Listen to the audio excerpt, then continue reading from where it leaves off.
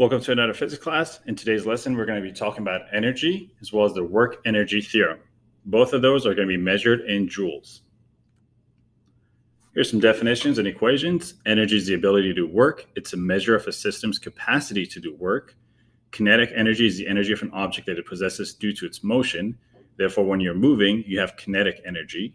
And gravitational potential energy is energy stored in an object due to its position above Earth's surface. So as long as you're above ground level, you have gravitational potential energy. The equations that we have are 21, 23, and 24. It's important to note that for equation 23, it says 1/2 times m times v squared. Only the v is squared, and make sure to use 0.5 instead of 1/2 on your calculators and when writing on paper. Makes it easier and less likely for you to make any mistakes. Here's some variables, what they stand for, and the units. Now, as you can notice, work and energy are both going to be in joules. It doesn't matter what kind of energy we're talking about, the units are always going to be in joules. And we're going to see G in there, that's acceleration due to gravity. And also H is going to be representing height. Again, since we're dealing with potential energy due to gravitational, it is going to have height in there. All right, let's look at some differences between kinetic energy and potential energy. Now, in potential energy, we have multiple forms of them. In on-level physics, we're only going to be dealing with the gravitational potential energy. So the kinetic energy is the one that has motion. Therefore, you got to be moving, and only moving objects can do work. So between these two types of energies, only kinetic energy does work. Potential energy, just like it sounds, has potential to do work, but it doesn't do any work until it actually starts moving. Now, I know in that second one I've got, it says not moving, and that's true. However, I don't want you to think that that's always the case. As we can see, an object can have both kinetic energy and potential energy at the same time. When you deal with problems, most of the time we're dealing with the absolute scenarios, meaning at the very top or at the very bottom. So at those points, you can decide if it's moving or not moving. However, we're going to see plenty of examples where moving objects are going to have both kinetic energy and potential energy. Remember, as long as you're above ground level, you have potential energy. As we look at this little roller coaster, at the very top, there's high potential energy, very little low kinetic energy. At the bottom, you have the minimum potential energy, and you have your max KE. Now, if at the second one, where this is bottom, if that is considered ground level, there is no more potential energy. And you have all of the potential energy has transferred into kinetic energy at that point. We're also going to be discussing the law of conservation of energy. So here's some basic rules about this. The total energy of a system is always conserved. Energy is never created or destroyed. That's an important factor. Energy can only be transformed from one form to the other. And energy can be added or taken away by doing work. This does not mean that it was created or destroyed. Again, energy is never created or destroyed. Total energy is going to be the sum of all your kinetic energy and potential energy. And oftentimes you might see the term mechanical energy, and that term also gets used to refer to the sum of all the KE and potential energy. Now, there are scenarios where work can take away energy due to friction and so on, but in on-level physics, unless we specifically tell you that there was friction there, we're going to assume that no friction involved, and therefore all of the kinetic energy and potential energy are transformed to one another. We're going to see examples of those.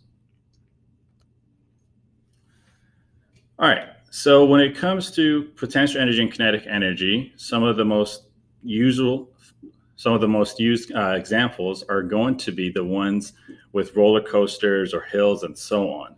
Now, we have numbers here for illustration and note purposes, but most of the questions that you may get on a quiz or an exam may not have any numbers, and that's okay because you don't need numbers to understand this. The concept is very simple. At point 1, at the very top, we're going to assume that that individual is not moving. Okay, it's kind of like a roller coaster that stops at the very top for a brief second. At that moment, there is no motion, no velocity, means no kinetic energy. However, it is at a certain height, and at that point, the highest point, you've got the maximum potential energy. So we see that at point 1, the potential energy is 50,000 joules. Since it's not moving, the kinetic energy is 0. As it starts to move, you'll notice that there is going to be Ke and Pe as well. The values get transformed from one another.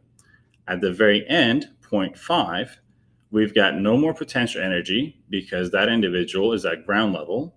However, all of that potential energy from the beginning at point 1 has now been transformed to point 5's kinetic energy.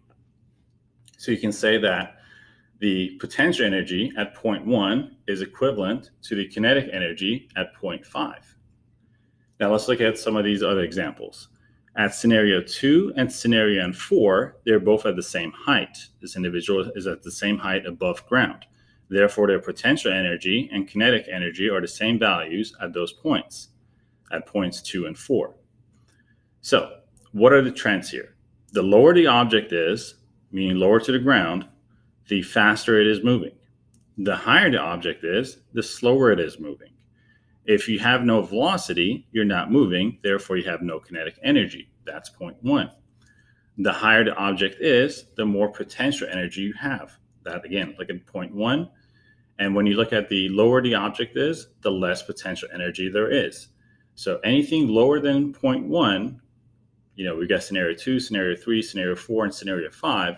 All of those are lower from a ground level, from a height standpoint, are lower than point 1 or scenario 1. So you have a lower potential energy.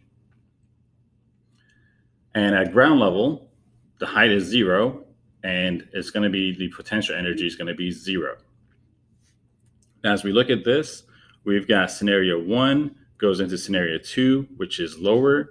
So you have less potential energy. You're starting to get more kinetic energy at scenario 2 compared to scenario 1. At scenario 3, again, now that individual is lower than they were at point 2. So you have less potential energy, but more kinetic energy because you've been picking up speed. As they go towards scenario number 4, now their height is being raised, so that kinetic energy is kind of being transformed into potential energy. So now you have more potential energy at scenario 4 compared to scenario 3, but you're moving slower. And finally, at scenario 5, you have no more potential energy, but all of that potential energy from the beginning in scenario 1 has been transformed into kinetic energy, meaning that you've got the maximum velocity at scenario 5. Here's another way to look at it. Now, at point 1, again, that object is not moving, has full potential energy. And as we kind of look at this, all of that potential energy gets transferred into kinetic energy at different scenarios. So at point 2 and point 6 and point 8, we notice that they are at ground level. There's no more potential energy, but the initial 40,000 potential energy from scenario 1 has all been transformed to kinetic energy at scenario 2, 6, and 8. Again, you don't need to see numbers to understand this. You just need to realize that at the lowest points, you have the highest velocities. At the highest points, you have the lowest velocities. So the lower you are, the faster you're moving. The higher you are, the slower you're moving. As a result, the higher you are, the more potential energy you have. The lower you are, the less potential energy you have. So be ready to see some questions like this without numbers, but just be aware of the trends in the last slide and be able to answer those questions. Going back to work. Now we know work was, force times a displacement. However, we said that when you don't have a force, you get mad. That was true, and it still holds true. However, there's a key thing to keep in mind. If you're doing a horizontal movement, you got to use horizontal acceleration. And acceleration in the x direction is not gravity. Gravity is vertical. Remember when we separated ax and ay, ax is horizontal and ay is vertical. So you got to understand, is the object moving horizontally or is the object moving vertically? So if the object is moving vertically, then use ay, which is 9.8 meters per second squared. If the object is moving horizontally, then you can't use acceleration due to gravity. So unless the problem has given it to you, or unless you've solved for the acceleration in the x direction, then you can't use that. So just something to be aware of. You don't want to make a mistake of an object moving horizontally and you using acceleration due to gravity, because those do not match. So work energy theorem, both work and energy are measured in joules. And here's some examples. But the main point of work and energy theorem is that energy and work can be directly exchanged for one another. So they're related to each other and they can be swapped for one another. Here's some examples. And I'm going to go ahead and go over these examples with numerical problems, and it'll make more sense as we do problems. All right, let's take those examples. A toy car is at rest, meaning there's no kinetic energy. And since it's at ground level, there's no potential energy. So a toy car is at rest and you wanted to get it to moving. So in order to get it moving, you need to apply a force and cause a displacement. By doing that, you're doing work. So let's just say you did 20 joules of work. You did 20 joules of work, and now the car is moving with 20 joules of kinetic energy. You did positive work and you have positive delta E.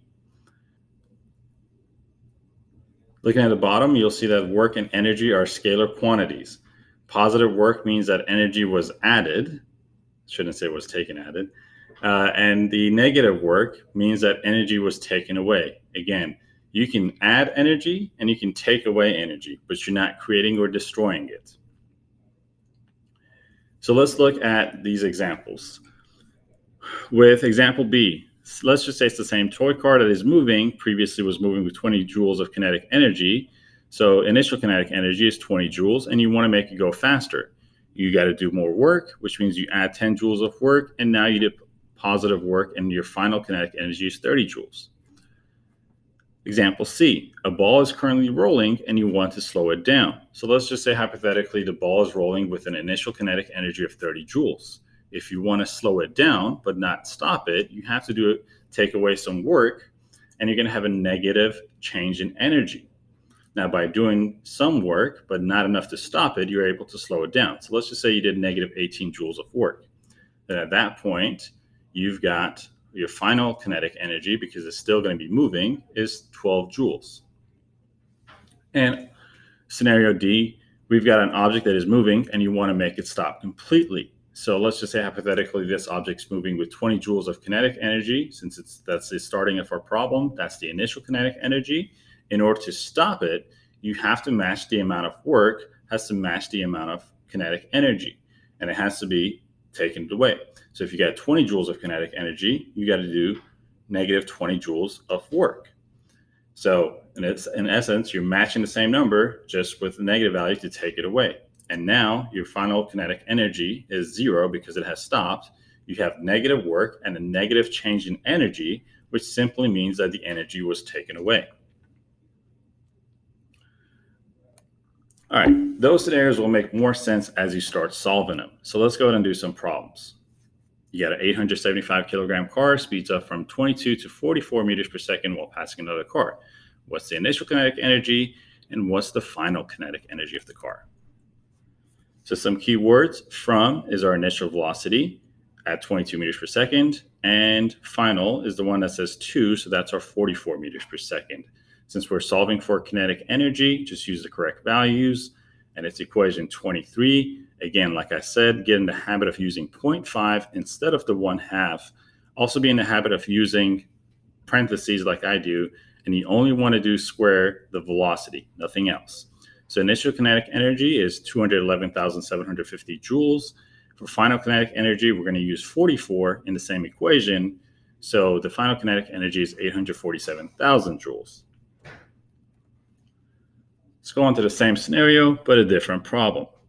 Meaning it's the same exact car, same exact 22 to 44 meters per second, but the question they're asking now is, what was the change in energy and how much work was done for the car to speed up? So to ask for change in energy, it's the work energy theorem, and essentially in the middle of it, you see that it says that delta E is equal to final energy minus initial energy, EF minus EI. Now, we're looking for delta E, and in the previous problem, we had already solved for initial energy and final energy. But if you hadn't, you're just going to go back to the previous problem, solve for those kinetic energies because it's moving, and you have your values. So that's where my EI and EF are coming from.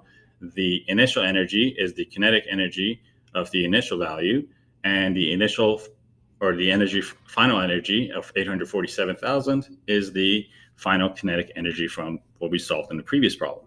So you take those two, you subtract them, and you have a delta E of 635,250. It's a positive value because you did work to add energy in order to speed this product up. Letter B, how much work was done for the car to speed up? Now, if you're thinking about work and you immediately go into W equals FD, you can't do that. Remember, never select an equation. Instead, write down what you want to solve for. So we have work, or we want to solve for work. We have the mass, and you might be tempted to be like, okay, I got to use AD. Well, the acceleration, remember, this is horizontal, so you can't use gravity, so we don't know what the acceleration is. There's no way for us to solve for that. And we have no real D value, so we have no way to use W equals FD. Now, of course, there's no force there either, so you can't use that equation. However, work, like we said, is in the work energy theorem, is interchangeable with energy. So the work is equal to your change in energy, and we've already solved for that. So it's the same thing. I'm just showing the same exact thing. However, in A, we solve for delta E, and as long as you understand that work and energy are interchangeable, your work is equal to your change in energy. So for both of those questions, the answer is 635,250 joules, because you had to do that much work to add in that much energy in order to cause the car to speed up from 22 to 44 meters per second. Now here's the same car with a different scenario, meaning that we've got the same 875 kilogram car, but this time it's slowing down from 50 meters to 30 meters per second. And in the third scenario, in the third question down the bottom, it's going to say if you wanted to completely stop the car. So the first two are referring to when it's going from 50 to 30. And the last one, it's referring to when it goes from 50 meters per second and you want to completely stop the car. We'll get into that later too. All right, so scenario A, what was the change in energy? So the delta E, we're looking for joules. And you got to do kinetic energy because it's moving. We don't know the initial and the final yet, but we can solve for those. We have the mass, we have the initial velocity at 50, and we have the final velocity at 30. And delta E is equal to final kinetic energy minus the initial kinetic energy. So we're going to use equation 23 twice to find those values. Initial kinetic energy is 1,093,750 joules. And our final kinetic energy, because it's slowed down to 30 meters per second, is 393,750 joules. Our delta E, or our change in energy, is final minus initial. So you take 393,750 minus our initial kinetic energy value, and you get negative delta E. And that makes perfect sense because in order to slow the car down, you had to take away energy.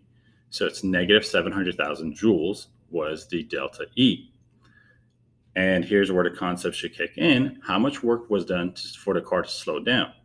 Again, if you've already solved for this, or if you understand that energy and work are interchangeable, it's the same exact answer. In fact, you don't even have to solve anymore. But just keep in mind that you don't want to make a habit of trying to be like work is equal to force times distance, because there's no way for you to solve for that. However, in equation 21, you are able to use W is equal to delta E and go from there. So work and energy are interchangeable. Therefore, in order to slow the car down from 50 to 30, you had to do negative work, which means that you took away work. Again, you don't create or destroy work at all, or energy, I'm sorry. And same problem, but this was the scenario C, and it said if you want to completely stop the car from original value of 50 meters per second, how much work would need to be done? So now we're going from 50 meters per second to completely stopping the car. So it's the same scenario. Work, you're looking for that. You got your mass, you've got your VI and your VF. And again, you're not going to have a force. You're not going to want to go ahead and do any kind of thing with acceleration because you don't have it. This is a horizontal movement, and you don't have any distance listed. So you can't use W equals FD. However, work is going to equal to your delta E. So you're going to want to find your kinetic energy in the initial stance and the kinetic energy in the final. Well, anytime you're not moving, you're going to have a velocity of 0. 0 times anything is going to be 0. So our final, without even really solving for it, our final kinetic energy when it comes to a stop, we know is automatically 0 joules. And our initial kinetic energy, when we plug in the values, is 1,093,750 joules. So work is going to equal to our final minus initial kinetic energy, and the work becomes the negative 1,093,750 joules. So let's see if this clicked. You should have noticed that the initial kinetic energy was a positive value of 1,093,750 joules.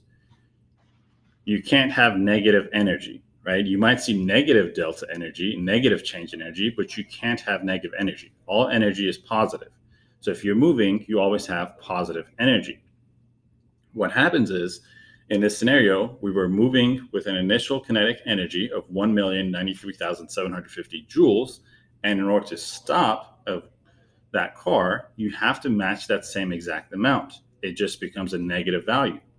So in the future, when you're solving for it, and if they just tell you what the kinetic energy initial is, or if you solve for it, your work is automatically going to be the same exact value, just the negative version of it. So KEI and is going to match the amount of work that you have to do, or the amount of work that you do has to match your KEI. Just remember that the amount of work would be considered negative because you're taking away energy. Moving on to potential energy. So now we've got a 50 kg shell that is shot from a cannon to a height of 425 meters. So originally it's at ground level, and it's shot to the height of 425 meters. So we've got different scenarios here, and we're going to go solve those. What's the gravitational potential energy of the shell at this height? So PE, again, it's an unknown value. We're looking for joules. Our mass is 50. Gravity is 9.8 meters per second squared. Now, keep in mind, I know it's always negative, but this is going upwards, so that's why it's positive. Height is equal to 425 meters. And our equation is going to be PE equals mgh. So put in your values, 50 times 9.8 times 425, and you have your potential energy. Let's look at scenario B. How much work was done to get to this height? Well, work is also going to be in joules.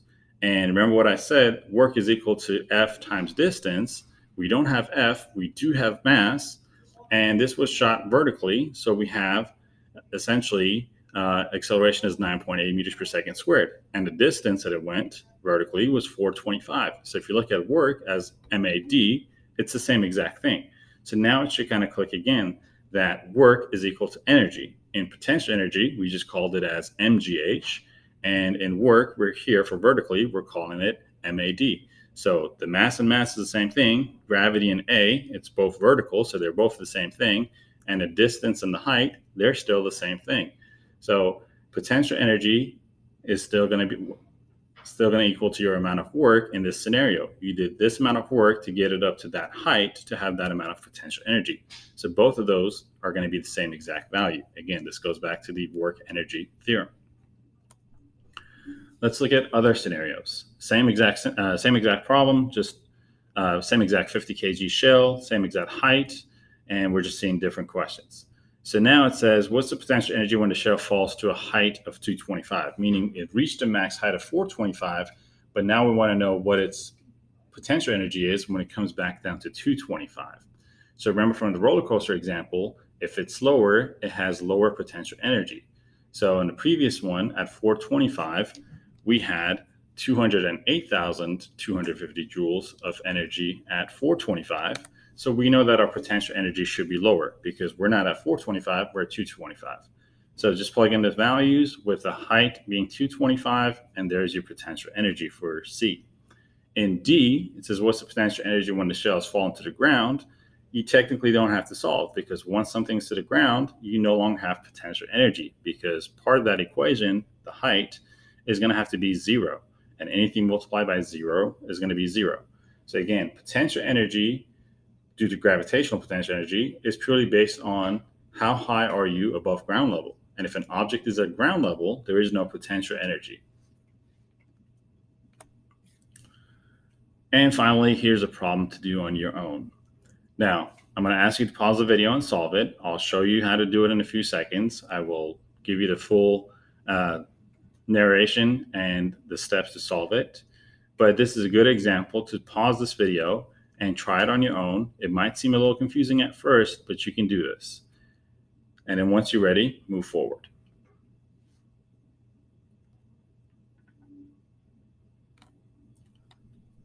In the next slide, I'll go ahead and show you the full step-by-step. However, if you're kind of wondering if you're on the right track, these are the hints. Maybe you can use this now to go ahead and solve it. And in the next slide, I will go ahead and tell you how to solve for this problem.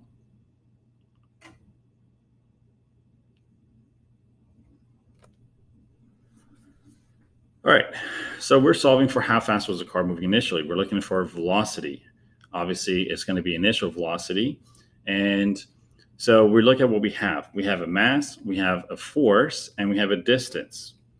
Based on those, we can't just jump into our kinetic energy equation because we're missing a lot of things. But based on the fact that we have force and distance, we can find work. So our first thing is going to be find work as W equals FD. We find that the amount of work we did was negative 57,500 joules. Now, this was to completely stop the car. So if the work done was 57,500 joules, and this was negative because it was taking away energy, it matches the same exact amount of energy, meaning that originally the kinetic energy, KEI, was 57,500. Work energy theorem, they're both interchangeable. So the car was originally moving with 57,500 joules of kinetic energy. This gives us an opportunity to move into step 2, which means that work is equal to energy, and the energy we're referring to is our kinetic energy in the initial standpoint. So now we can set up our equation of the initial kinetic energy, and that's equation 23 with 0.5 times m times v squared. Our initial kinetic energy value is 57,500. It's equal to 0.5 times 250, which is our mass, times v squared. When you take 0.5 times 250, it becomes 125. So 57,500 is equal to 125 v squared. You divide by 125 on both sides, and v squared is equal to 460. Don't forget that you're solving for v and not v squared, so make sure you take the square root, and your velocity will be 21.45 meters per second. So this is an example as of how all this will tie into one another. And even though it may seem confusing, and even though it might be asking for a velocity question or answer, and you might be trying to jump straight into kinetic energy equations, you're not going to be able to do that. However, just write down whatever you need to solve for, write down your variables, and from there you can easily put pieces together and move forward and solve this. I hope this video has been helpful. Have a wonderful day.